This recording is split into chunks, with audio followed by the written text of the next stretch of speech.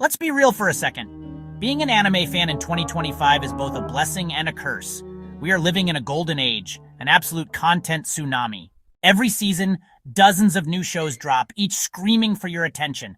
You've got your isekai, your shonen, your moody psychological thrillers, and that one weird show about competitive caber tossing that's surprisingly good. I love it. I live for it. But my brain is screaming for mercy. It's like trying to drink from a fire hose, except the fire hose is shooting out pure, unadulterated Japanese animation. And I'm just one man with a very limited amount of free time and a rapidly deteriorating memory. I can't be the only one who has experienced this. You start watching a show, you're super into it, but then life happens. Maybe a new season of a different anime starts, or you get sucked into a 100-hour JRPG. Next thing you know, 6 months have passed. You decide to jump back into that show you loved, you hit play on the new episode, and you have no idea what is going on.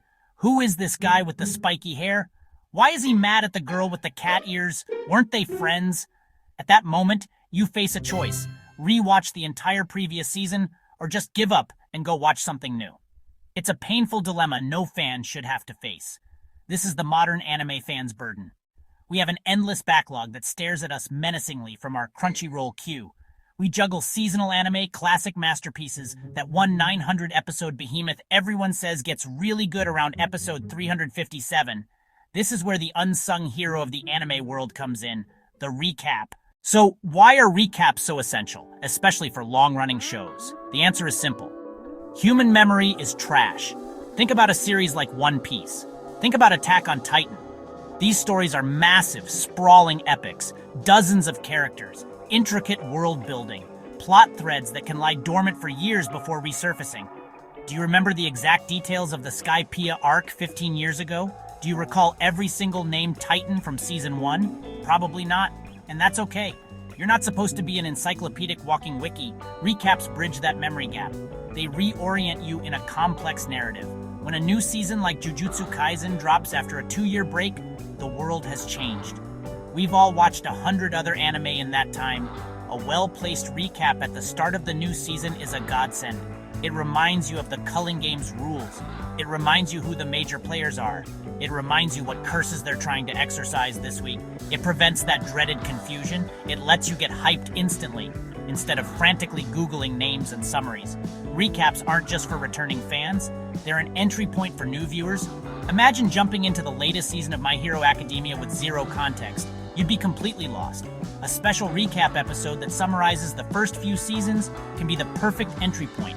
It gives a newcomer the essential story beats. It introduces the core cast. It explains the power of One for all without forcing someone to watch 100 episodes first. It lowers the barrier to entry. It makes massive franchises more accessible and grows the fandom. It's a win-win.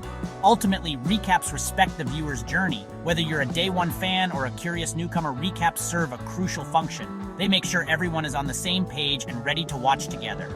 They show creators acknowledging their story is dense, and a refresher helps. Now, not all recaps are created equal. We've all seen the bad ones. You know the type.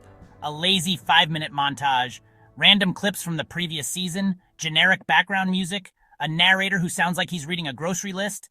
That's not a recap. That's a waste of time.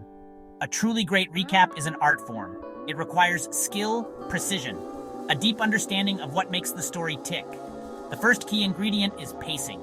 A good recap moves quickly, hitting essential plot points, without getting bogged down in minor details. It knows what to show and what to leave out. Clarity is the next crucial element. Present information in a logical, easy-to-follow order. Guide you through the story chronologically or thematically, connecting the dots between major events. Who are the heroes? Who are the villains? What is the central conflict? What were the major cliffhangers at the end of the last arc? If you finish a recap with more questions than you started with, it has failed. The information has to be clean, concise, and digestible. But here's the secret sauce. They have to be entertaining. Witty narration, clever editing, a unique framing device.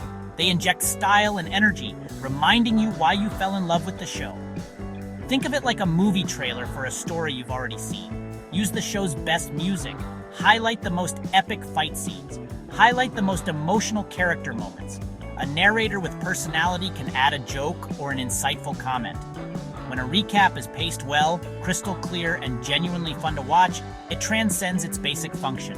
It becomes a celebration of the anime itself, a perfect appetizer before the main course. When you look at how recaps are done, you start to see a few common approaches. First, there's the in-house studio recap. This is the one you often see as episode 0.5 of a new season. Sometimes they're great. Attack on Titan, for example, often produces movie-length recaps that are expertly edited. They provide a comprehensive overview, but more often than not, these can be the lazy, clip show offenders we talked about earlier. They're made on a tight schedule and serve a purely functional purpose. They often lack that crucial element of personality and flair. Then you have the character-narrated recap. This is a more creative approach, where characters narrate the summary from their perspective. ReZero has done this effectively, using a character's voice to reframe events and add personal commentary. This style can be incredibly engaging because it keeps you within the world of the show. It feels less like a summary and more like a bonus scene. The downside is that it can sometimes be biased or leave out important information the narrating character wouldn't know. Finally, there's the fan-made recap. This is where the magic truly happens. Creators like Anime in Minutes aren't bound by studio constraints. We can be brutally honest, we can be irreverent, we can be fast-paced, we can add jokes, we can add memes, we can add critical analysis that a studio would never dare to. The best recaps aren't just summaries, they are transformative works. They are comedy, they are analysis, they are summary, all rolled into one high-energy package. They're designed to be entertaining and rewatchable. This is what sets the best recaps apart. The ultimate recap combines the best of all worlds. It has the factual accuracy of a good studio recap. It has the personality of a character-narrated one. It has the unrestrained, high-energy entertainment value of a fan-made masterpiece. It doesn't just help you remember the plot, it makes you laugh. It makes you think. It gets you fired up to dive back in. It treats the summary as an opportunity to create something new and exciting. That's the kind of recap that changes everything. What are some of your favorite recaps? Let me know in the comments.